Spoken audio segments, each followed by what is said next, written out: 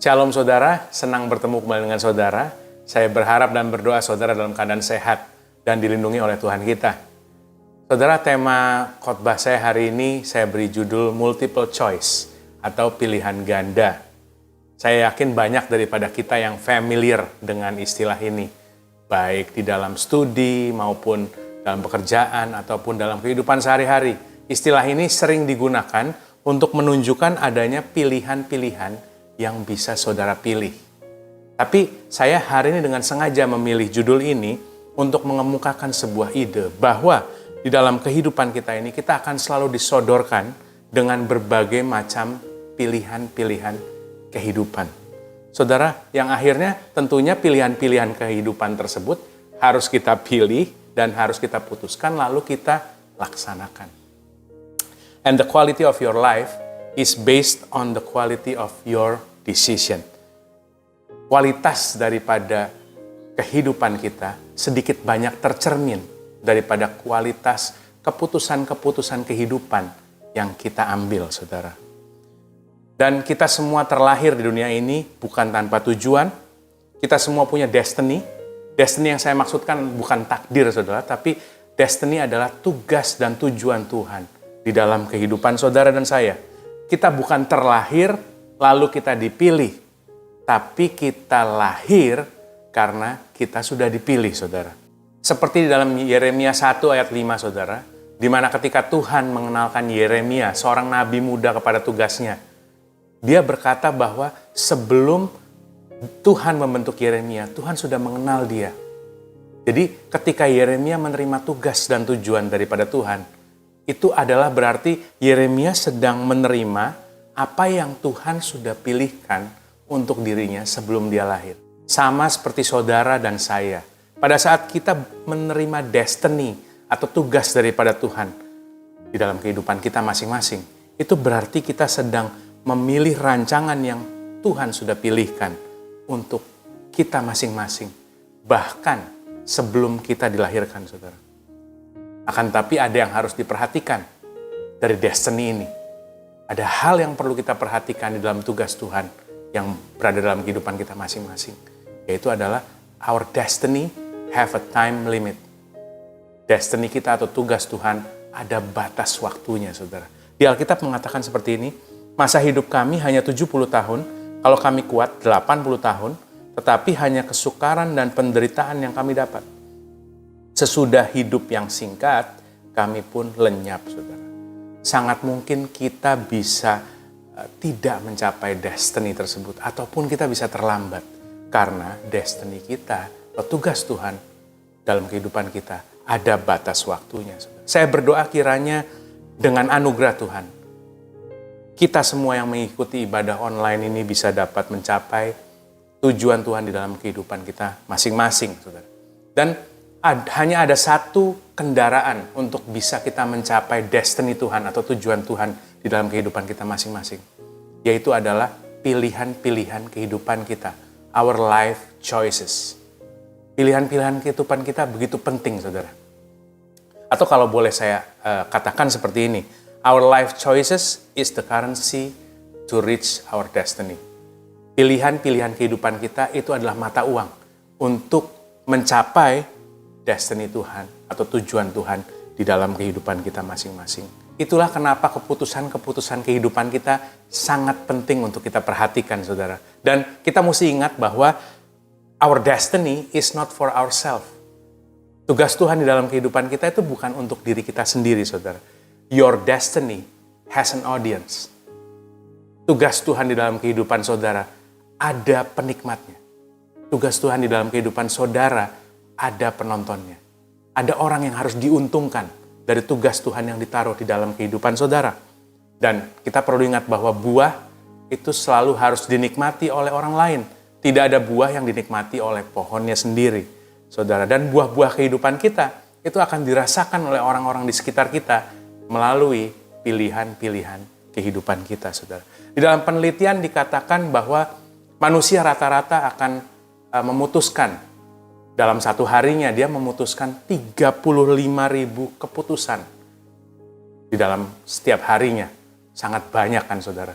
Tapi memang bervariasi dari keputusan-keputusan kecil yang tidak beresiko seperti menu apa yang harus kita makan hari ini atau apa yang harus kita pakai, pakaian apa yang harus dipakai, sampai kepada keputusan yang bersifat jangka panjang dan keputusan yang berat, saudara.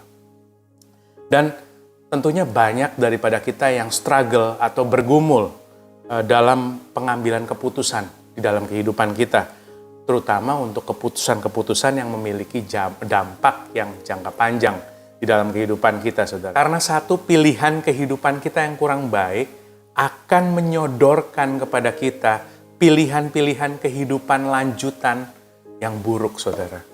Yang akhirnya sedikit demi sedikit akan membuat kita menjauh daripada destiny atau tugas Tuhan dari dalam kehidupan kita masing-masing. Saudara, masa depan kita adalah akibat daripada keputusan-keputusan kita dan dampak daripada keputusan orang lain yang kita putuskan untuk mempengaruhi kehidupan kita. Saya ulangi sekali lagi, masa depan kita adalah akibat daripada keputusan-keputusan kita dan dampak daripada keputusan orang lain yang kita putuskan untuk mempengaruhi kehidupan kita. Ulangan 30 ayat 19, Aku memanggil langit dan bumi menjadi saksi terhadap kamu pada hari ini, kepadamu kuperhadapkan kehidupan dan kematian, berkat dan kutuk, pilihlah kehidupan, supaya engkau hidup, baik engkau maupun keturunanmu. Saya ulangi bagian terakhirnya, pilihlah kehidupan, supaya engkau hidup, baik engkau maupun keturunanmu. Saudara, dari ayat ini kita bisa mengetahui bahwa ada musim-musim di dalam kehidupan kita, di mana pilihan kehidupan saudara tidak hanya mempengaruhi diri Anda, tapi mempengaruhi generasi-generasi mendatang di bawah Anda.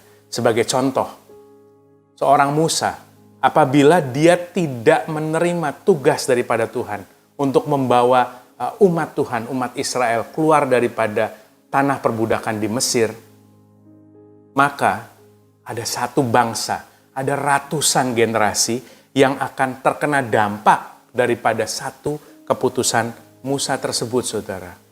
Nah, kalau Tuhan memiliki tugas dan tujuan yang spesifik di dalam kehidupan kita masing-masing, pertanyaan adalah, kenapa Tuhan memberikan kehendak bebas? Atau kenapa Tuhan memberikan pilihan bebas ke dalam kehidupan kita untuk kita pilih sehari-harinya? Karena saudara, your choice will reveal your priority. Pilihan kita akan menunjukkan apa yang menjadi prioritas kita. Pilihan kehidupan kita akan menunjukkan apa prioritas kita sebenarnya. Saudara tidak harus memiliki prioritas kalau saudara hanya memiliki satu pilihan. Apabila saudara hanya memiliki satu pilihan, itu adalah sebuah keharusan. Itu bukan suatu pilihan, saudara berarti harus melakukannya. Karena hanya ada satu cara. Tapi kalau saudara memiliki banyak pilihan dan saudara bisa memilih, maka pilihan yang Anda ambil itu adalah refleksi daripada nilai-nilai yang saudara pegang. Your decision is your value in action. Sekali lagi saya ulangi, your decision is your value in action. Itulah kenapa Daud tidak mau membunuh Saul. Padahal Saul itu adalah seorang yang sedang memburu Daud, berusaha untuk membunuhnya. Dan pada saat itu Daud memiliki kesempatan untuk membunuh Saul, saudara. Tapi Daud memutuskan untuk hanya memotong sebagian jubah, ujung daripada jubah Saul, untuk dijadikan sebagai peringatan kepada Saul. Itulah nilai yang dipegang oleh Daud. Atau ketika Daniel memutuskan untuk tidak memakan makanan kerajaan. Oleh karena itu adalah nilai yang dipegang oleh Daniel, saudara. Jadi saudara, your decision is your value in action. Jangan biarkan kehendak bebas kita atau our free will itu overruled atau mengambil alih nilai-nilai yang selama ini saudara sudah pegang dengan kuat, di dalam kehidupan kita masing-masing. 1 Korintus 10 ayat 23, segala sesuatu diperbolehkan, benar, tetapi bukan segala sesuatu berguna. Segala sesuatu diperbolehkan, benar, tapi bukan segala sesuatu membangun. Nah, kata-kata membangun dalam bahasa aslinya dikatakan oikodameio, saudara, di mana literally memiliki arti yaitu membangun. Membangun kehidupan kita sendiri ataupun membangun kehidupan yang ada di sekitar kita. Pilihan kehidupan saudara akan menentukan apakah Anda mencapai apa yang Tuhan sudah siapkan untuk diri saudara secara maksimal. Jadi ada satu titik di dalam kehidupan kita, di dalam musim-musim kehidupan kita, untuk kita menyelaraskan pilihan-pilihan kehidupan kita dengan apa yang Tuhan sudah pilihkan dalam kehidupan kita. Tapi bagaimana caranya kita menyelaraskannya? Dengan apa kita menyelaraskannya, saudara? Dalam 2 Timotius 3 ayat 16 dikatakan seperti ini, segala tulisan yang diilhamkan Allah memang bermanfaat untuk mengajar, untuk menyatakan kesalahan, untuk memperbaiki kelakuan, dan untuk mendidik orang di dalam kebenaran. Saya suka bagaimana terjemahan NIV mengatakan ini, saudara, mengatakan ayat ini. Saya akan bacakan untuk saudara. All scriptures is God-breathed and is useful for teaching, rebuking, correcting, and training in righteousness, so that the servant of God may be thoroughly equipped for every good work. Saya ulang bagian awalnya. All of scriptures is God-breathed. Firman Tuhan itu adalah seperti nafas daripada Tuhan. Saya jadi ingat bagaimana Tuhan memberikan nyawanya kepada Adam dengan cara dia meniupkan nafasnya, saudara. Yaitu Adam sebelumnya adalah debu dan tanah. Tapi pada saat Tuhan meniupkan nafasnya, dia memberikan nyawanya kepada Adam. Dengan cara yang sama, Tuhan memberikan nyawanya kepada Adam. Dengan cara yang sama juga, Tuhan memberikan nafasnya kepada saudara melalui firman Tuhan. Dikatakan di ayat tadi bahwa Tuhan sedang meniupkan nafasnya kepada saudara pada saat saudara membaca firman Tuhan. Dan ketika saudara membaca dan merenungkan firman Tuhan di dalam keseharian saudara, saudara sedang menghirup nafas daripada Tuhan. Dan ketika saudara lemah, lalu saudara membaca dan merenungkan firman Tuhan, maka saudara menjadi kuat karena nafas Tuhan ada dalam kehidupan saudara. Dan ketika saudara tidak ada damai, damai itu mati di dalam kehidupan saudara. Pada saat saudara membaca dan merenungkan firman Tuhan, damai sejahtera Tuhan yang melampaui segala akal turun di dalam kehidupan saudara. Karena nafas Tuhan ada di dalam kehidupan saudara. Dan dikatakan di dalam ayat tadi, segala sesuatu yang ditiupkan oleh Tuhan melalui firman Tuhan ke dalam kehidupan kita, itu berguna untuk mengajar maksudnya memberikan instruksi kepada kita, ataupun menyatakan kesalahan kita, ataupun memperbaiki kesalahan yang kita sudah ketahui.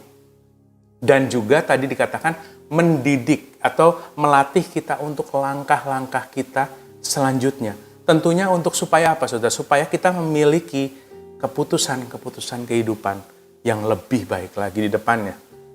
Saya tidak tahu pergumulan saudara saat-saat ini apa di dalam pengambilan keputusan saudara sehari-hari. Tapi saya mau ingatkan kepada saudara bahwa jawaban daripada pergumulan saudara itu sudah ada dalam Alkitab. Tuhan sudah menyiapkan semuanya. Sudah tersedia di dalam Alkitab, saudara. Bacalah Alkitab saudara setiap hari, Anda akan temukan jawaban pergumulan saudara di situ.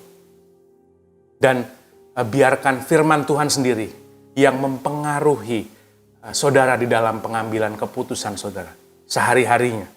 Karena dalam pengambilan keputusan kita pasti ada yang mempengaruhi kita, saudara. Pertanyaan untuk kita renungkan hari ini. Siapa yang mempengaruhi saudara di dalam pengambilan keputusan? Siapa yang mempengaruhi kita di dalam pengambilan keputusan kita? Karena bukan hanya Tuhan yang bisa berbicara kepada saudara. Si jahat pun bisa berbicara kepada saudara. Bahkan diri saudara sendiri bisa berbicara kepada Anda. Jadi kita harus aware atau kita harus waspada dengan hal ini, saudara. Matius 7 ayat 24 berkata, setiap orang yang mendengar perkataanku dan melakukannya, ia sama dengan orang yang bijaksana, yang mendirikan rumahnya di atas batu. Tetapi setiap orang yang mendengar perkataanku ini dan tidak melakukannya, ia sama dengan orang yang bodoh yang mendirikan rumahnya di atas pasir. Saudara, dalam ayat tadi dikatakan bahwa perbedaan di antara dua orang tadi adalah memutuskan untuk melakukan apa yang didengar dari Kristus. Saya ulangi, perbedaannya adalah memutuskan untuk melakukan apa yang didengar dari firman Tuhan, dari Kristus. Dan di dalam konteks ayat ini, saya dengan bangga mengatakan kepada saudara bahwa sand is never better than rock. Pasir tidak akan pernah lebih bagus daripada batu. Batu adalah kebenaran firman Tuhan, prinsip kerajaan Allah yang selalu konsisten, stabil, dan tidak pernah berubah. Sedangkan pasir adalah prinsip dunia, culture, budaya yang selalu shifting, saudara, selalu berubah-ubah seiring dengan zaman. Satu hari bisa diterima, di masa depan tidak relevan lagi, saudara. Sudah tidak bisa diterima lagi. Dan saya ingin mengingatkan kepada saudara bahwa kemampuan kita untuk membedakan batu dan pasir yang ada di dalam kehidupan kita akan menentukan kualitas daripada keputusan-keputusan kita sehari-hari. Karena pasir di dalam kehidupan kita bukan cuma berarti kita tidak mendapatkan informasi atau kita tidak terinformasi dengan baik. Tapi mungkin juga kita salah mendapatkan informasi ataupun mendapatkan informasi yang tidak benar. Walaupun informasi tersebut bisa datang dari orang yang kita cintai atau kita sayangi, saudara. Dan banyak sekali orang yang frustrasi karena mereka berusaha dengan keras untuk membangun keputusan-keputusan kehidupan mereka di atas dasar pasir yang selalu berubah-ubah. Yang pertama harus kita lakukan adalah kita harus mengakui bahwa di dalam kehidupan kita masing-masing, di dalam kehidupan saudara dan saya, itu ada pasir di dalam kehidupan kita. Di mana kita sudah tahu kebenarannya, tapi kita memilih untuk tidak melakukannya. Kita memilih untuk mengikuti standar daripada dunia ini, saudara. Dan ketahuilah, saudara, Tuhan tidak akan menggantikan pasir yang kita pegang dengan erat, yang kita pertahankan di dalam kehidupan kita. Sampai pada saat titik kita tidak mengeluarkan pasir dari dalam kehidupan kita atau melepaskan pasir itu, Tuhan tidak akan menggantikannya dengan batu di dalam kehidupan kita. Karena kita masih berusaha untuk mempertahankan pasir tersebut, saudara. Lalu dikatakan di dalam ayat tadi, orang yang membangun di atas pasir, kemudian turunlah hujan dan datanglah banjir, lalu angin datang melanda rumah itu sehingga rubuhlah rumah itu dan hebatlah kerusakannya. Saya ulangi bagian terakhir, rubuhlah rumah itu dan hebatlah kerusakannya. Rumahnya hancur, rusaknya sangat hebat, saudara. Terjadi sebuah kondisi yang tidak mengenakan. Tapi saudara mungkin berkata dalam hati, tapi Tuhan kita kan penuh kasih karunia, mampu merestorasi, mampu mengintervensi, mampu memulihkan secara ajaib. Kan Tuhan kita kan God of miracles. Tuhan daripada mujizat. Mampu memberikan mujizat kepada kita. Betul, saudara, itu betul. Tapi izinkan saya mengingatkan kepada saudara hari ini bahwa kesanggupan Tuhan untuk mengadakan mujizat ataupun restorasi di dalam kehidupan saudara dan saya itu bukan berarti kita dapat menjalankan kehidupan kita dengan seenaknya.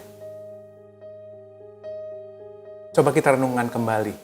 Kenapa sampai seseorang itu butuh mujizat? Pasti dia berada dalam suatu kondisi terjepit, terdesak, ataupun sulit, ataupun berada di dalam kondisi di mana dia di luar daripada batas kemampuannya. Pasti ada alasan kenapa dia sampai di posisi tersebut. Tidak mungkin suatu kondisi atau suatu keadaan itu tiba-tiba tidak terkendali, kecuali di dalam kisah Ayub. Tapi di dalam kisah Ayub kita melihat bahwa ujian yang besar, ada pemulihan yang besar juga. Tapi di dalam kebiasaannya tidak pernah ada situasi yang sulit, terhimpit, itu datang secara tiba-tiba. Selalu pasti ada suatu hal yang dilakukan. Kemungkinan besar ada sebuah tindakan atau pengambilan keputusan-keputusan yang salah yang dilakukan secara terus-menerus atau continually, saudara.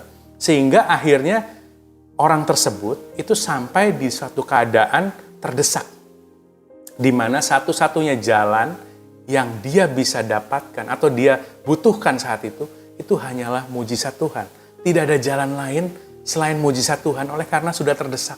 Saudara, masa depan kita adalah akibat daripada keputusan-keputusan yang kita buat dan dampak daripada keputusan-keputusan orang lain yang kita putuskan untuk mempengaruhi kehidupan kita.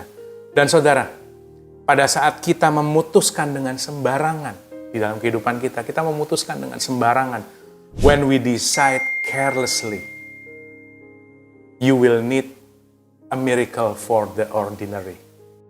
Pada saat kita memutuskan dengan sembarangan, saudara, kita akan butuh mujizat untuk suatu hal yang biasa. Save the miracles for the extraordinary. Simpan mujizat Tuhan, pertolongan Tuhan untuk suatu yang luar biasa di dalam kehidupan saudara. Dan saudara, di dalam pengambilan keputusan, timing atau kapan kita harus mengambil keputusan, itu juga menjadi penting. Apakah ini adalah waktu yang tepat untuk saya mengambil keputusan? Pertanyaan itu kan sering muncul di dalam kehidupan kita pada saat kita mengambil keputusan, saudara. Kita harus terhubung dengan Tuhan pada saat proses pengambilan keputusan. We have to be connected with God. Saya jadi teringat Raja Daud ketika dia adalah seorang yang sangat terkoneksi dengan Tuhan ketika dia ingin mengambil keputusan apapun di dalam kehidupannya. Dan di Alkitab banyak sekali tercatat bahwa ketika Raja Daud mau pergi berperang, dia bertanya kepada Tuhan, haruskah aku pergi dan menyerang bangsa itu? Kita pun dalam mengambil keputusan, kita harus terkonek dengan Tuhan. Kita harus meminta hikmat daripada Tuhan, saudara. Terlebih lagi pada saat kita nggak tahu apa yang harus kita lakukan. Di Alkitab dikatakan bahwa tetapi apabila di antara kamu ada yang kekurangan hikmat, hendaklah ia memintakannya kepada Allah yang memberikan kepada semua orang dengan murah hati dan dengan tidak membangkit-bangkit. Maka hal itu akan diberikan kepadanya. Dia yang akan memberikan hikmat kepada saudara dan saya untuk melangkah. Hikmat datangnya dari Tuhan. Hikmat datangnya dari atas. Tapi apa bagian kita, saudara? Bagian kita adalah make sure we have sound mind. Pastikan kita memiliki akal sehat. Kita adalah manusia emosional, saudara. Pernahkah saudara merasa bahagia? Di satu titik saudara merasa bahagia, lalu 3 menit kemudian ada pikiran yang masuk dalam kehidupan saudara, lalu bahagia itu tiba-tiba hilang. Bahagia itu tiba-tiba tidak ada lagi. Seolah-olah dia tidak ada jejaknya, saudara. That's the reality. Itu adalah realita. Bahwa emotional state atau kondisi emosional kita mengambil peran yang sangat penting di dalam kehidupan kita. Do not make decision when you are emotional. Jangan membuat keputusan pada saat saudara sedang emosi, pada saat saudara sedang emosional. Dan kita tahu semua pada saat orang dalam keadaan marah, seseorang itu cenderung untuk membuat keputusan yang lebih beresiko, saudara. Pada saat seseorang dalam keadaan takut, orang tersebut akan berusaha atau cenderung untuk menghindar dan tidak membuat keputusan. Dan ada penelitian yang mengatakan bahwa sadness atau kesedihan itu terbukti dapat menurunkan standar daripada keputusan seseorang. Bahagia dan stres itu akan membuat seseorang mengambil keputusan terlalu cepat atau mengambil keputusan yang prematur atau impulsive decision. Saudara, bagaimana kondisi emosional saudara saat ini? Bagaimana kondisi emosional saudara pada saat saudara sedang mengambil keputusan hari-hari ini? Apakah ini adalah waktu yang tepat untuk membuat keputusan? Atau mungkin bukan kondisi emosional saudara yang sedang bermain, tapi kondisi daripada musim kehidupan yang saudara sedang hadapi hari-hari ini.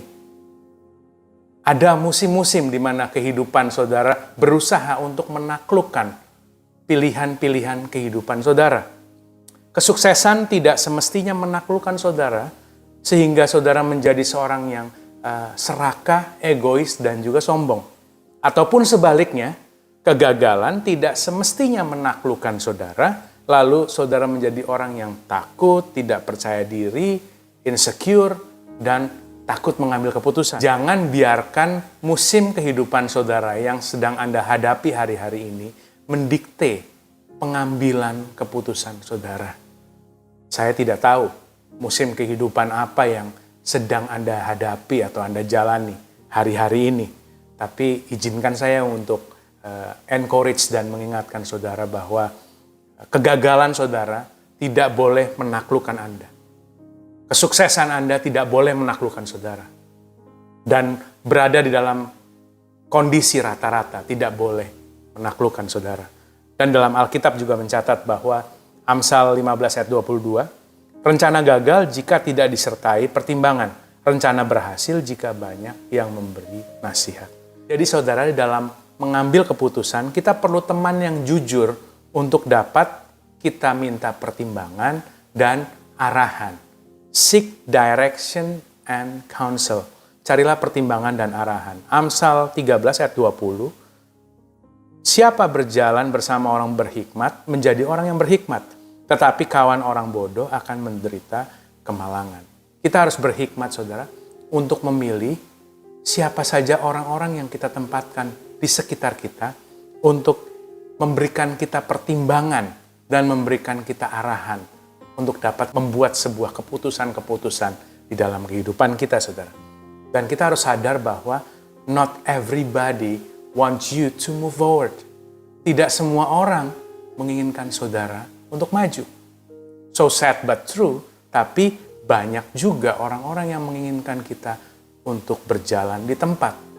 Dan kita harus menseleksi orang-orang yang kita mintai pertimbangan, kita mintain arahan, untuk supaya kita dapat membuat sebuah keputusan yang baik, yang bijaksana, dan mendekatkan diri kita kepada purpose atau destiny Tuhan di dalam kehidupan kita, saudara. Kalau saya boleh analogikan, mengambil keputusan yang memiliki dampak jangka panjang di dalam kehidupan kita, itu adalah seperti weightlifting atau mengangkat beban olahraga di gym, saudara. Di mana setiap keputusan yang kita ambil itu akan memiliki beban yang berbeda. Tetapi kalau Anda memilih untuk mengangkat beban itu terus-menerus, tanpa ada yang menjagai saudara dan menolong saudara, sesuatu bisa jatuh. Dan ketika beban saudara menjadi terlalu berat dan tidak ada yang menjaga saudara, yang membantu saudara, memberikan bimbingan dan memberikan arahan kepada saudara, ataupun ada orang-orang yang saudara tempatkan di sekitar saudara, tapi mereka tidak memiliki kemampuan ataupun tidak memiliki kemauan untuk mengangkat beban tersebut bersama dengan saudara, sesuatu bisa jatuh dan mencederai diri Anda. Pastikan orang-orang yang Anda tempatkan di sekitar saudara untuk saudara mendapatkan pertimbangan ataupun arahan, itu adalah orang yang tulus untuk menjagai saudara dan bukan orang-orang yang ingin menonton Anda. Carilah pertimbangan dan arahan kepada orang yang tepat. Seek direction and counsel. Yang terakhir tentunya adalah act and own your decision. Lakukan dan ambil tanggung jawab, saudara. Yang terpenting daripada sebuah pengambilan keputusan itu adalah actionnya atau aplikasinya, saudara. Pada saat kita sudah menyelaraskan pilihan-pilihan kehidupan kita dengan prinsip-prinsip firman Tuhan. Dan pada saat kita sudah mengetahui kondisi kita, baik kondisi emosional ataupun kondisi musim di mana kita saat ini berada, dan juga kita sudah mencari pertimbangan dan arahan daripada orang-orang yang tepat. Dan tentunya di atas semua itu, kita butuh hikmat daripada Tuhan. Kita butuh terkoneksi dengan Tuhan, saudara. Roma 8 ayat 28 berkata, kita tahu sekarang bahwa Allah turut bekerja dalam segala sesuatu yang mendatangkan kebaikan bagi mereka yang mengasihi Dia, yaitu mereka yang terpanggil sesuai dengan rencana Allah.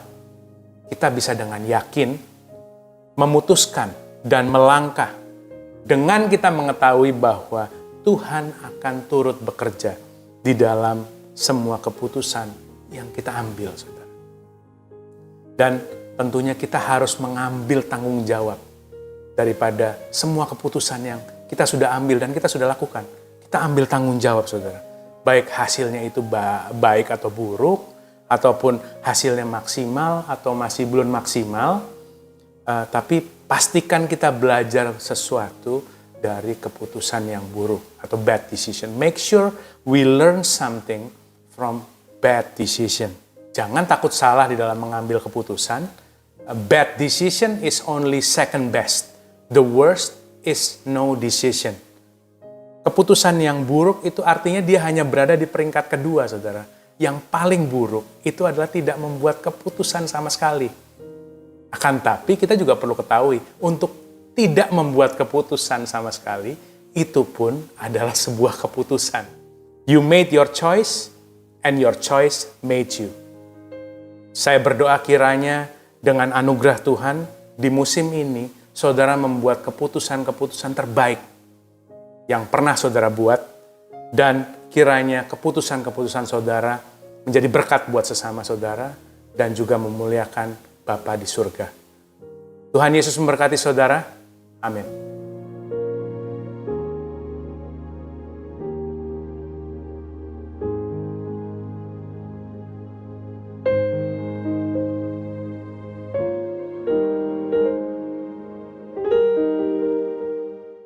Saudara, kita akan masuk dalam perjamuan kudus, tapi sebelumnya kita berdoa. Bapa, terima kasih atas kesempatan kami boleh bersama beribadah secara online dan kami boleh menerima persekutuan dengan tubuh dan darah-Mu. Bapa, ampuni kami jikalau kami salah dan kami keliru di dalam pengambilan keputusan kami sehari-hari. Kiranya hikmat daripada Tuhan, campur tangan Tuhan atas kehidupan masing-masing kami, untuk kami dapat lebih berhikmat dan kami dapat mengambil keputusan dengan lebih bijaksana dalam kehidupan kami. Di dalam nama Tuhan Yesus. Mari kita angkat roti di tangan kanan kita, saudara. Bukankah roti yang kita angkat tinggi ini adalah persekutuan kita dengan tubuh Kristus? Mari kita makan bersama di dalam nama Tuhan Yesus.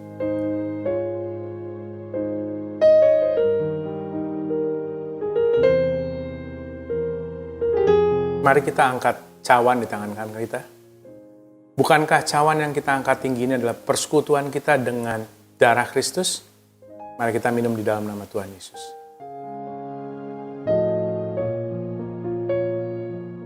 Bapa, kami ingin menyudahi ibadah kami, sempurnakanlah ibadah kami, dan kami ingin menerima berkat yang daripadamu. Tuhan memberkati engkau dan melindungi engkau. Tuhan menyinari engkau dengan wajahnya dan memberikan engkau kasih karunia. Tuhan menghadapkan wajahnya kepadamu dan memberikan engkau damai sejahtera. Engkau akan naik dan tidak turun. Engkau akan menjadi kepala dan bukan ekor. Engkau adalah lebih daripada pemenang. Kemanapun kakimu melangkah, Tuhan menyertai saudara. Dan apapun yang saudara kerjakan dengan kedua tanganmu akan menjadi berhasil dan beruntung. Jikalau saudara terjatuh, tidak akan tergeletak. Sebab Tuhan menopang kehidupan saudara. Terimalah yang terbaik daripada Allah Bapa di dalam nama Tuhan Yesus Kristus. Amin. Tuhan Yesus memberkati saudara. Have a blessed Sunday.